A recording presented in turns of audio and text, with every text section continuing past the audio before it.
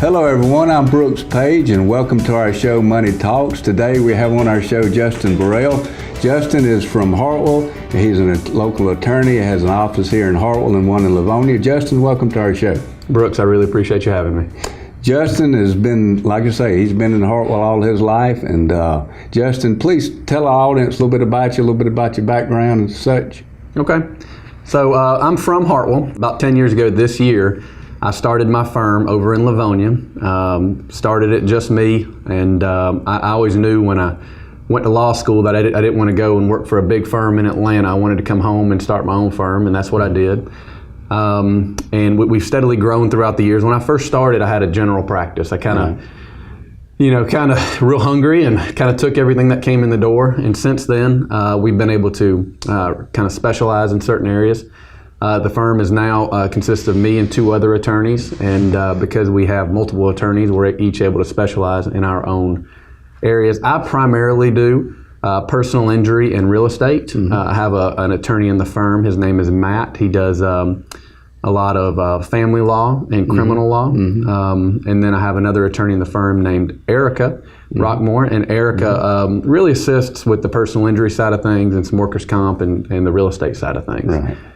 We more supplement each other, and Matt kind of complements us. Right. So between the three of us, I wouldn't say we're a one-stop shop. We do turn away a lot of cases, but between us all, we're able to kind of specialize in our own areas. So basically, like in most small towns, you have to do what comes in the door mainly. Yeah, well, we've kind of gotten away from that, but yeah, that's the way I started for sure. Yeah. And I've got a great staff. Oh, you do? Terrific staff. And they make my life easy, and so I really appreciate them. I started my firm, a satellite office here in Hartwell, probably 7 or 8 months ago, and that has been terrific.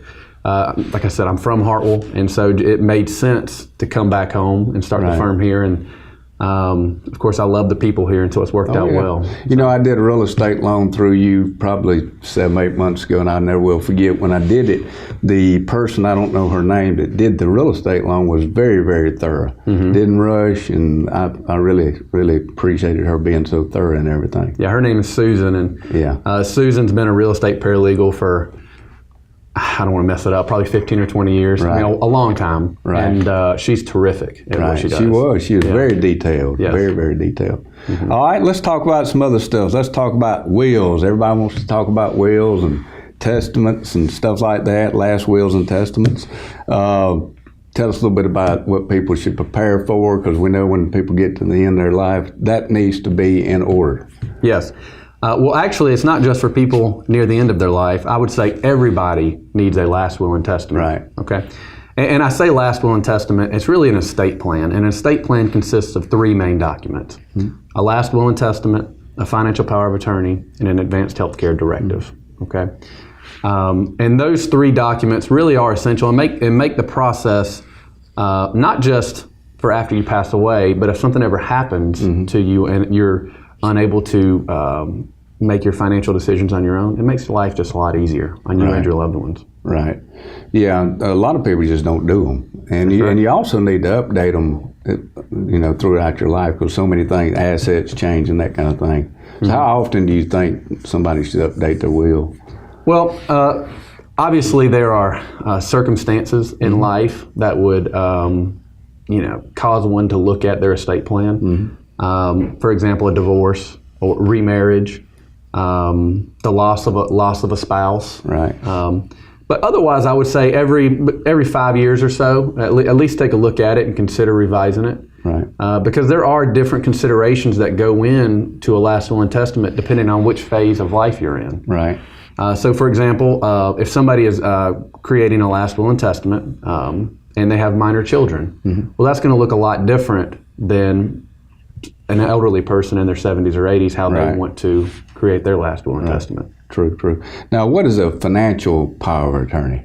Okay, so a financial power of attorney is just a legal document that allows somebody to handle your financial affairs in the event you are unable to do so. Okay. So, in other words, that's really needed, because you never know, right? Yeah, you're exactly right. So, a financial power of attorney can really save somebody a lot of money and time and heartache, because A financial power of attorney, you name somebody you trust to handle your financial affairs in the event you can't do so.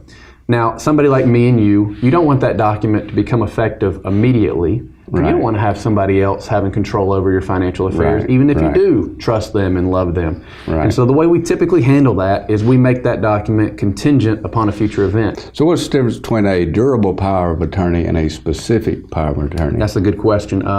So a durable power of attorney is a power of attorney. It's basically what I just described. It's got numerous considerations on it. For example, you can give somebody power over your stocks and bonds or real estate or CDs, bank accounts. The list just goes on and on. Those are laid out on the form. A specific power of attorney is exactly what it sounds like. You draft it for a specific reason. Right. Typically, these are done in real estate transactions. You might give somebody a very specific power of attorney to go act on your behalf at a closing. Right. If you can't be there by personally. Right. So that's the difference. Right. I used to get this question a lot in banking as far as when people need to transfer assets out of their name into somebody else's. For example, if they might be going to the nursing home or that kind of thing. Is there a certain time period that that they need to do that? Well, there's a lot that goes into that question. I get that question a lot. And I by no means focus or specialize in Medicaid trusts is what they're commonly referred to. Medicaid is a needs-based program. You have to have a limited number of assets and income to qualify for Medicaid. Right. And there's look-back periods. So if you transfer assets in anticipation of, say, long-term care, you may not qualify for Medicaid, or you may have to wait a certain period of time before you actually qualify for Medicaid. There's a lot that goes into those considerations because some people have a sufficient amount of assets to cover their long-term care, and perhaps Medicaid wouldn't be a consideration for them. Right. Perhaps some other trust or some other vehicle would be more appropriate. Right. No, like through divorces and that kind of thing, I always hear people running and trying to transfer assets, when they're going through a divorce, saying, they don't have this, they don't have that. Is there a time frame that going that option? Yeah. So now we're kind of getting into divorce law realm. Right. And if you make a transfer in anticipation of a divorce to hide it from a spouse, right. I think the court would look at that as more of a fraudulent transfer, right. And penalize you in other areas. That's a question really for the other attorney in the firm, Matt. Right. He's great when it comes to family law issues. Yeah. And I can get back to you on that one. I can just see that happening a lot. How that goes. Oh yeah. All right. So what is an advanced health care directive? Okay. An advanced health care directive is basically the third leg of the stool when it comes to a good estate plan. Okay. Right. So an advanced health care directive, you name a health care agent. A health care agent is somebody that makes your health care decisions for you in the event you are unable to articulate those on your own. Right. Okay. So first off, you're going to name a health care agent. You're probably going to go ahead and name a backup health care agent. Okay. And then you're going to give that health care agent some guidance on the decisions you would make if you were able to articulate those, right? Right. So you're going to say whether or not you want to allow the healthcare agent to authorize an autopsy on your body, whether or not you want to be an organ donor, whether or not you want to be buried or cremated. But the biggest part about the advanced healthcare directive is if you're in two conditions that are defined in the document, a state of permanent unconsciousness or a terminal condition, then what do you want to see apply? And there's three options that are laid out basically. Option A is, do you want to use all medication, machines, procedures to keep you alive as long as possible? Option B is, do you want to allow your natural death to occur and just receive pain medication? And option C is more of a pick and choose. Right. Do you want to receive hydration, nutrition, CPR, ventilation, things like that? And that's all laid out in the document. And the final consideration of advanced healthcare directive is you name a person to act as your guardian in the event a court ever deemed a guardian to be necessary. Right. So a lot of these are like wills. Sometimes you don't think of them until it's too late, and you wish you would have thought of these things because it really eliminates a lot of pain and suffering, especially on some of the family members and that kind of thing. That's the biggest consideration. It alleviates a lot of heartache on the family member's part. I mean, if you think about it, a family member, if there's not an advanced healthcare directive, may not know your wishes. Right. And it can be a very emotional time for them, and they struggle with making the wrong decision, Right. And if it's laid out in a document, they know they're not making that wrong decision. Right. You've taken that decision from them and taken that burden from them. Right. All right. Tell us about the process of administrating someone's estate. Yeah. Good question. Luckily here in Georgia, that process is pretty straightforward and simple. Mm-hmm. So it all goes back to your estate plan, and in your estate plan, you in your last will and testament, you're going to describe how you want to dispose of your property after your death. Also in that document, you're going to name somebody to act as the executor of your estate. And the executor of your estate is somebody that administers the estate. Okay. Right. So the first thing that's going to happen is usually what happens is, and most of these things are uncontested. Okay. Right. Your executor will fill out a petition to probate the will. Mm-hmm. That document will be filed at the probate court. There's a notice that gets run in the paper, a notice to debtors and creditors. That notice runs for 4 weeks. Seen many of them. And I've seen many of them. Creditors, after that last date runs, has 90 days to submit their claim, okay, or they can lose some priority status. But during that time, the executor's duties are to just gather the assets of the estate, protect the assets of the estate, ascertain the debts of the estate, and just wrap up that person's financial affairs. And then when the time is right, they make distributions to beneficiaries that are laid out in the last will and testament. Okay. So what kind of assets go through the probate? What different kinds? That's a great question, and that's part of the process in determining what are the assets that go through probate, because not all assets go through probate that you own. For example, real estate.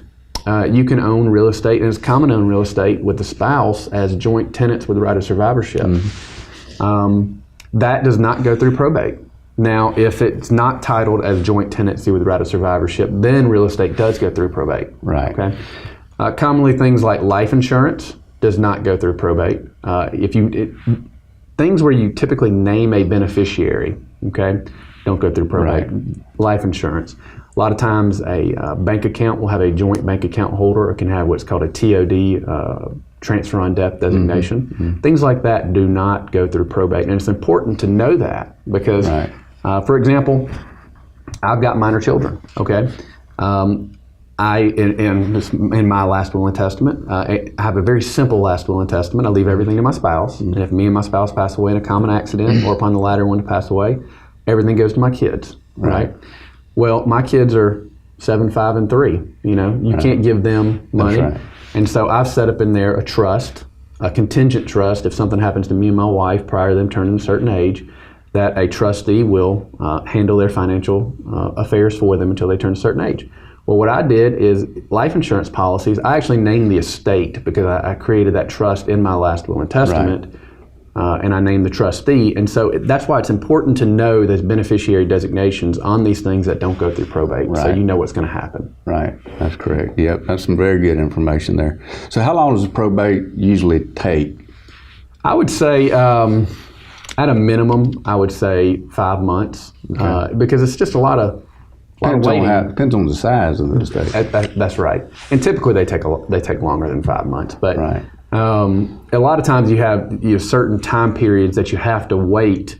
For example, the 90 days for debtors and creditors to make their claim. Right. The 30 days that the notice runs in the paper. There's just a lot of waiting time. Yeah. You mentioned, we talked about this earlier, is that many people ask how long before assets need to be transferred to someone else's name in order to provide some kind of asset protection. Can you kind of go into that a little bit? Yeah. Well, see, typically what you see in those kind of cases is a parent wanting to transfer assets to a child. Mm-hmm. And I always tell people, because a lot of times I have the parent and the child kind of come in there, and the parent tells me, look, I want to do this. And I always tell them, I say, look, a paramount concern is your care and your livelihood for the rest of your life, right? Right. And if those assets can be sold to take care of you, during this time, then you need to consider that. But it never fails, and I understand it, and I don't question them. But what they say is, Justin, I didn't work this hard my entire life not to leave my kids something. Right. Every parent wants to leave their kids better off than they have it, right? And I always explain to them, if you transfer assets to a child, there are a lot of risks because that child could have creditors that you're not aware of, or but that property will be subject to their creditors at that point because they own the property at that point. Another consideration is, what if something happens and they have some marital problems? That property would be maybe subject to being divided in divorce. Things like that. But still, even knowing that, even after I advise clients of that, a lot of times they insist that they want to go ahead and transfer assets to the child, and it happens because a lot of times, you trust your child implicitly, and they go ahead and make those transfers. But to be, there are certain look-back. There's a 5-year look-back period. If the reason you're transferring it is to qualify for Medicaid, you need to be very careful, and really need to find an attorney that specializes in that. And that's not something I specialize in, because those laws are changing so often that unless you specialize in that particular area, you could be subject to missing something. So what does happen when somebody does not have a will and they have lots of assets, and everybody comes running? And what kind of give us the process how that's done, and who makes those decisions and that kind of thing? Great question. Okay, so if somebody dies without a will, then their property is going to be disposed of according to the laws of the state of Georgia. Okay, and what that looks like is the spouse and the children typically split the property, with the spouse receiving at least 1/3. Okay, so if there's only one child, then the spouse gets a half and the child gets a half. Okay, if there's 4 kids, well then the spouse gets 1/3, and the remaining kids would split the 2/3 of the estate. Okay, but there can be disagreements about who is going to be the administrator of the estate. Yes. Who's going to be the administrator of the estate. And if you have a last will and testament, it takes all of that argument out of the equation, and it makes it very straightforward. Right? Because you can have to have hearings up here before Judge Kirk at the probate court about who is, best suited to administer the estate. So she decides that? If everybody cannot agree. And keep in mind, typically these things are uncontested. Typically, family members can agree on who is best suited to administer the estate, because sometimes you have a child that is local in Hartwell, and then you have a child that lives in Atlanta. Well, obviously, unless there's a very bad relationship there, usually they can agree that maybe the local child should be the one to administer the estate. So it can be messy, so it's extremely important to get a will and get that taken care of. Absolutely. Now, do you do any criminal law or anything? I don't personally. Again, the other attorney in the firm, Matt Easom, he does a good bit of criminal law. Okay. He does. What about bankruptcies, divorces, y'all? We do a lot of divorces. I primarily do car accidents, personal injury. That's between that and real estate is where I spend the bulk of my day. I know they don't seem to go together, but it's just what I've always enjoyed doing is personal injury and real estate. And that keeps me very, very busy. All right, Justin, real estate loans. I know you do a lot of real estate closings. I know you did a lot of them in Livonia. How about Hartwell? Do you do them there? Tell us a little bit about that process. Well, okay, that's a loaded question, but let's go into it. So, we do real estate closings in Hartwell. The process is a little bit different depending on whether it's a purchase and sale or a refinance. Okay, so you being a longtime banker kind of know that with the refinance, you don't have a buyer or seller. You just have somebody coming to the bank to take out money on an existing property that they already own.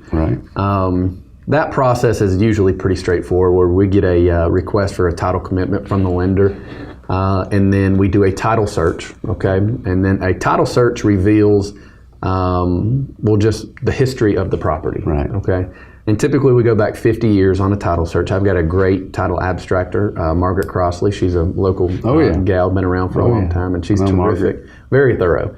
And she does the title search. She then makes a report back to me. If there's any issues, then then me and Susan will look into those and see if we can rectify them. A purchase and sale, a little bit different in that you initially have a contract between the parties. And that contract is really going to govern kind of the process and what goes into each document. Other than that, there's several documents that go into a real estate closing. Yeah. Most important of it is a closing disclosure, just where all the money goes in the transaction. Right. So, do you recommend title insurance when people buy? I do recommend title insurance. It's if I buy or sell something, or excuse me, if I buy something, I'm always purchasing title insurance. And that just keeps you. I mean, just protects you, kind of like any kind of insurance from blow up property lines. That's right. That's right. The chances of you actually needing title insurance are slim to none. It's insurance, right? The chances of you needing your automobile insurance are small, right? Right. Life insurance, things like that. But you buy insurance for those worst case scenarios. Right. Right. Okay. And so I always recommend it. Somebody gets in a car accident. Tell us specifically what they need to do to protect themselves in case it does has to go to court. Yeah. Well, first thing is they need to get treated. Right. They need to make sure that they know that their treatment is of paramount concern and not to really worry about the legal side of things because typically we can handle that days or weeks after the accident. They don't need to be considering that. Well, things like moving the car, taking pictures, Yeah, that's always a wise thing. They don't need to, right when the accident happens, they just need to kind of just sit and wait. They don't need to move or do anything, correct? Yeah, the first thing they need to do is pull the vehicle up to a safe area. Right. Then they need to call the police, make a report, and if there are injuries, then of course, get an ambulance out there and go to the hospital. Right. That's typically what happens. And then after that is when the process of dealing with the property damage and dealing with the injuries kind of sets in. Because we live in such a litigious society today, some personal injury attorneys and people who file personal injury claims can appear to be trying to get something for nothing, right, or trying to cheat the system, and that's not the case. Right. I help. I've got some terrific clients that are great people, and a lot of them, have a little reluctance on whether or not to go through this process. I tell them, I say, look, it's not anything you've caused. You don't need to be ashamed that you got hurt or ashamed that you're going to go through this process. It's something that it's a natural part of having a car accident, really. Right. And I have a lot of clients that think because they didn't initially go to the hospital or didn't initially go to the doctor that day that they can't get treatment because it's going to look like they're they're faking it. Right. And that's not the case. I would say the majority of the clients think they can deal with the pain at first and their adrenaline's pumping. Oh, yeah. And then maybe the next day or a few days after, they end up going to the emergency room or to their primary care physician because they have certain injuries they have to deal with. Right. So you have to screen through a lot of calls because I know you always hear a lot of people say, I'm going to call my attorney. I'm going to call my attorney. Yeah. So you have to screen through those and know what's real and that kind of thing. And that's kind of I guess you probably have a little checklist maybe. We do, yeah. And that's part of the process of becoming a more experienced attorney. Right. And not having to take every case that comes in the door and being more established. Right. And that's why practicing now for 10 years, I've seen a lot of things. I have seen some people try to game the system and to get something for nothing, and that's not the type of clients that I represent. You always hear about these people faking these back injuries. My back, I got hurt, and that kind of thing. And sometimes they're legit, and sometimes they're not. Yep. It just depends, but it's just part of it, isn't it? Mm-hmm. That's right. All right, Justin, well, thank you for being on the show. I really appreciate it. Let people know how to get in touch with you. Do you have a website? Yep. So I have a very difficult last name, so I guess I'll spell it out. My last name is Berelc. My website is just berelclawoffice.com. The number in Livonia is 706-356-0518. You can call that number for here or the Livonia. The phone rings over to both offices. I also have a Hartwell number. It's 706-376-LAWS. That's easy to remember. Oh, yeah. And so, and I really appreciate you having me on my show. Having me on your show. It's been a privilege to come in here and sit down and talk with you. Thanks for being on. So you got your office in Livonia. You've had it for a while, and you got your office here. How long has it been open? We officially got it open probably 8 or 9 months ago. We bought Eugene Harper's old law office and went in there and renovated it, and it's a perfect building to have a law office. It's it's worked out well. I've been in your Livonia office. It's jam up. So. Yeah, stop by the Hartwell office sometime. I'd love to give you a tour. I'm going to do that. All right. Well, Justin, thank you for being on the show once again. I appreciate you. I appreciate you. Yes, sir. I want to thank Hart Communications. I want to thank Wes Bailey and everybody for watching the show, and we'll see you next time on Money Talks.